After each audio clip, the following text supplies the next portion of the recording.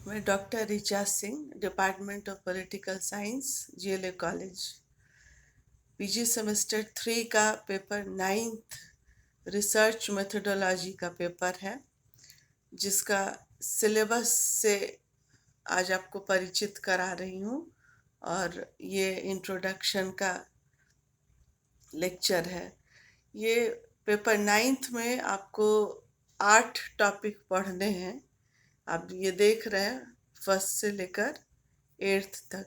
इसमें सबसे पहला टॉपिक जो है वो है social science research, meaning, nature and importance. मतलब सामाजिक शोध का अर्थ क्या है, उसकी प्रकृति क्या है और उसका महत्व क्या है। दूसरा टॉपिक जो है वो है problem formulation, research design, types and features of good research design. मतलब कि प्रॉब्लम फॉर्मुलेशन जो है, सामाजिक अनुसंधान में कोई भी एक समस्या हमारे समक्ष होती है, कोई भी टॉपिक जो है रिसर्च का, वो एक समस्या होती है जिसका हम शोध के माध्यम से हल खोजते हैं। तो उसके लिए हमें रिसर्च डिज़ाइन बनाना पड़ता है। अब याद कीजिए कि जैसे किसी रुमाल पर फूल काढ़ने के लिए पहले ग्राफ या डिज़ाइन बना लेना पड़ता है, या कोई घर बनाने से पहले आर्किटेक्ट घर का नक्शा तैयार कर लेता है, तो पहले ब्लू प्रिंट तैयार कर लिया जाता है। इसी तरीके से रिसर्च डिज़ाइनिंग भी किया जाता है, यानी कि रिसर्च कैसे किया जाएगा उसका खाका तैयार कर लेना। तो सेकंड टॉपिक यही है कि प्रॉब्लम फार्मूलेशन यानी समस्या निर्धारण हो गया, यानी कि टॉपिक ले लिया गया, तो फिर उसका रिसर्च डिज़ाइन बनाया जाएगा, यानी कि किस किस स्टेप से हम रिसर्च को आगे बढ़ाएंगे वो पहले से निश्चित कर लिया जाएगा। तो इसमें अच्छे रिसर्च डिज़ाइन के फीचर्स यानी लक्षण क्या क्या होते हैं और रिसर्च डिज़ाइन के प्रकार कितने होते हैं, ये सेकेंड टॉपिक में पढ़ना है। थर्ड टॉपिक जो है वो है हाइपोथेसिस। हाइपोथेसिस को हिंदी में कहते हैं परिकल्पना, पूर्व कल्पना या उपकल्पना। ये तीनों शब्द हाइपोथेसिस के लिए इस्तेमाल किया जाता है।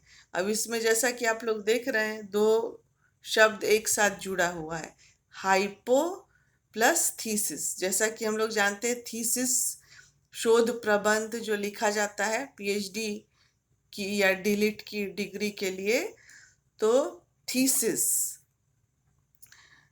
अब उसके पहले जुड़ा हुआ है इसमें हाइपोथेसिस, हाइपो, उससे बना हाइपोथेसिस, यानी कि जो हम अनुसंधान करने जा रहे हैं और उसके आधार पर जो थीसिस लिखेंगे। थीसिस मतलब पूरे शोध प्रबंध में अपने विचारों का वाद रखना, अपने विचारों का पक्ष रखना।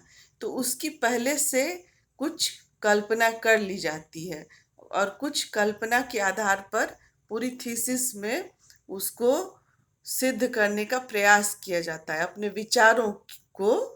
तो 4 या 5 परिकल्पना बनाई जाती है जिसके आधार पर पूरी थीसिस को लिखा जाता है। ऐसे ही अंधाधुंध पूरी थीसिस नहीं लिखी जाती है, बल्कि 3 या 4 मुख्य आधार जिनको पूरे थीसिस राइटिंग जो 5 या 6 चैप्टर में कम से कम होता है, उसमें सिद्ध किया जाता है हाइपोथेसिस को। तो हाइपोथेसिस क्या होता है, उसका कॉन्सेप्ट क्या है, मतलब उसकी अवधारणा क्या है, ये आप लोग जानेंगे।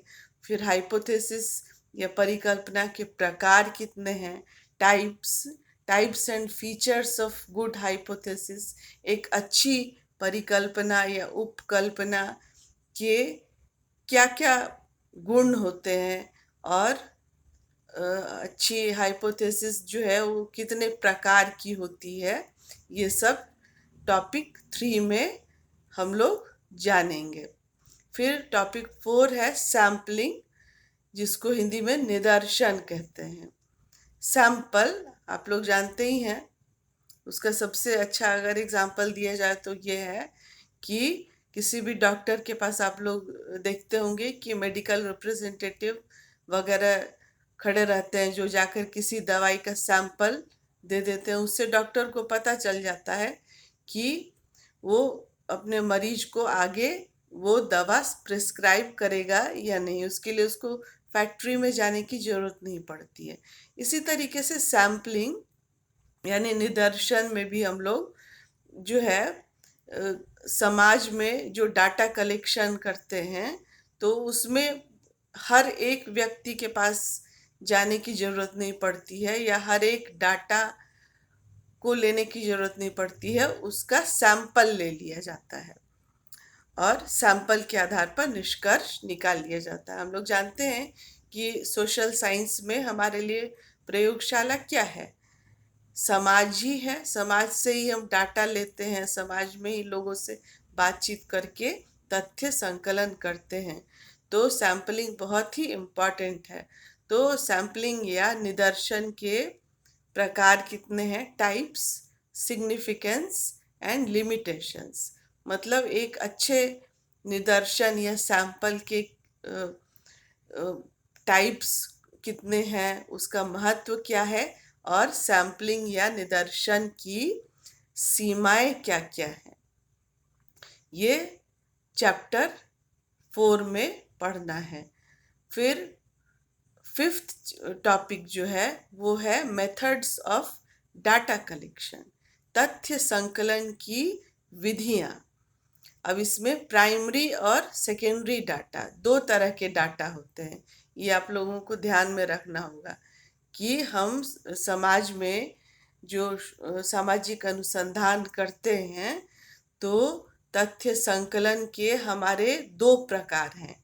पहला क्या है, आप लोग देख रहे हैं, प्राइमरी यानी कि प्राथमिक डाटा, और दूसरा सेकेंडरी डाटा। तो प्राइमरी डाटा जो है उसको फर्स्ट हैंड डाटा भी कहा जाता है या फील्ड से प्राप्त डाटा भी कहा जाता है। यानी कि फील्ड में सर्वे करके जो प्राथमिक स्रोत से जो उपलब्ध डाटा है वो प्राइमरी डाटा या प्राथमिक स्रोत होता है, और सेकेंडरी डाटा द्वितीयक डाटा कहलाता है। इसके अंतर्गत वो डाटा आता है जिस पर पहले से काम किया जा चुका है और उसके आधार पर फिर दूसरा कोई व्यक्ति अगर काम कर रहा है तो वो हो गया सेकेंडरी, यानी कि दूसरी बार उस पर काम करना। इसके अंतर्गत आता है किताब, पत्रिका और दूसरी की लिखी हुई थीसिस जो लाइब्रेरी में रखी रहती है, उसको पढ़कर ज्ञान लेना। फिर एनसाइक्लोपीडिया और विभिन्न तरह की पत्र पत्रिकाएं, इंटरनेट स्रोत। आजकल तो इंटरनेट ही सबसे बड़ा स्रोत है डाटा का, सेकेंडरी डाटा का।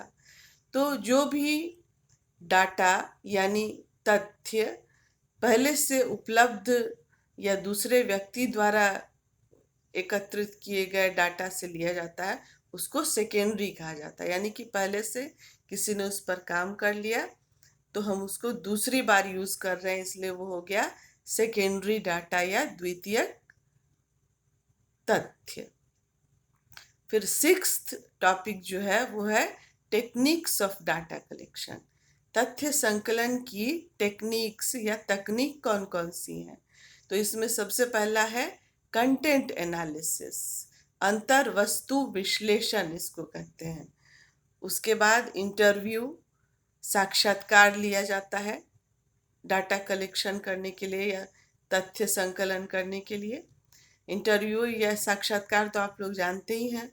ऑब्जर्वेशन, ऑब्जर्वेशन करना मतलब अवलोकन करना, किसी भी समस्या के बारे में वहां पर जाकर उसको अपनी आंखों से प्रत्यक्ष रूप में ऑब्जर्व करना या अवलोकन करना, ये भी तथ्य संकलन की विधि है। फिर क्वेश्चनायर यानी प्रश्नावली बनाना। प्रश्नावली या तो आप जा करके व्यक्तियों के बीच बांटेंगे या डाक से भी भेज दिया जाता है, और फिर उसका जवाब अगर देगा व्यक्ति तो उसके माध्यम से तथ्य संकलन किया जाता है। मतलब तथ्य संकलन का मतलब क्या है? जानकारी हासिल करना। तो प्रश्नावली का ही दूसरा फॉर्म शेड्यूल भी होता है, अनुसूची। यहाँ आप लास्ट में देख रहे हैं लिखा हुआ शेड्यूल या अनुसूची।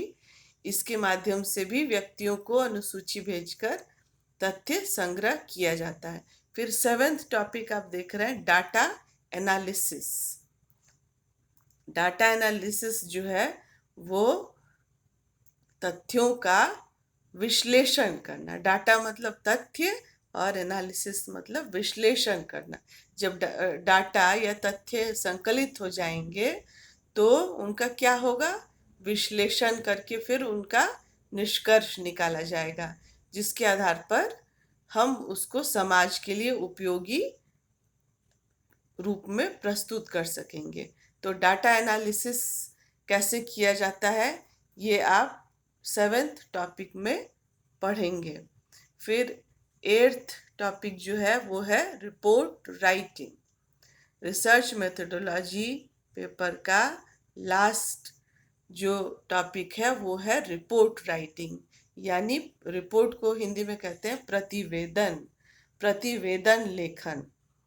जब किसी भी माध्यम से या तो प्राथमिक स्रोत प्राइमरी सोर्स से या सेकेंडरी सोर्स से डाटा कलेक्शन कर लिया जाता है, फिर उसके लिए चाहे कोई भी विधि अपनाई जाए, या तो कंटेंट एनालिसिस या इंटरव्यू या ऑब्जर्वेशन, क्वेश्चनायर मतलब या तो अंतर वस्तु विश्लेषण, साक्षात्कार विधि या ऑब्जर्वेशन या अवलोकन विधि या प्रश्नावली विधि से जब तथ्य एकत्रित कर लिए जाते हैं उसके बाद डाटा एनालिसिस कर लिया जाता है, यानी तथ्यों का विश्लेषण कर लिया जाता है। उसके बाद सबसे लास्ट जो प्रक्रिया होती है वो है रिपोर्ट लिखने की प्रक्रिया।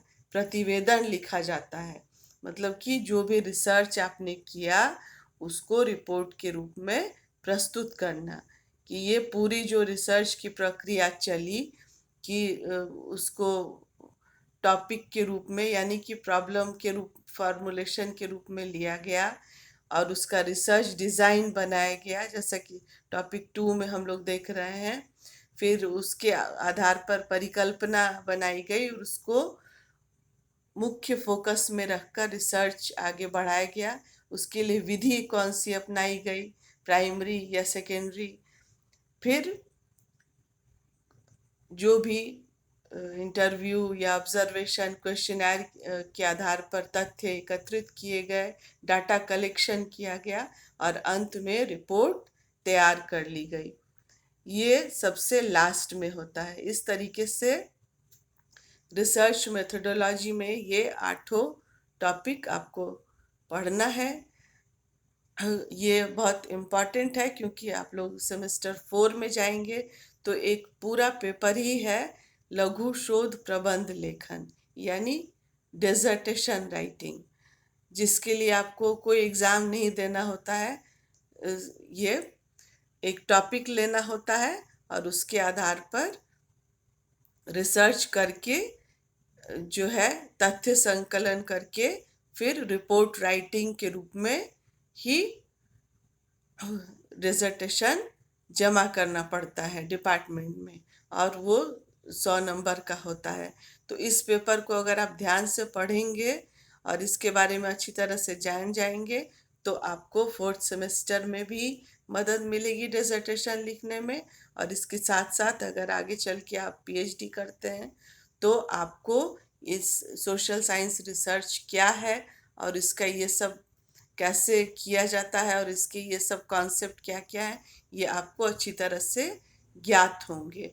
तो ये बहुत ही इम्पॉर्टेंट पेपर है जो आपको न सिर्फ पीजी में काम आएगा बल्कि पीजी के बाद भी रिसर्च अगर एमएड करते हैं तब भी काम आएगा, पीएचडी करते हैं तब भी काम आएगा। इसलिए इसको ध्यान से पढ़ना है।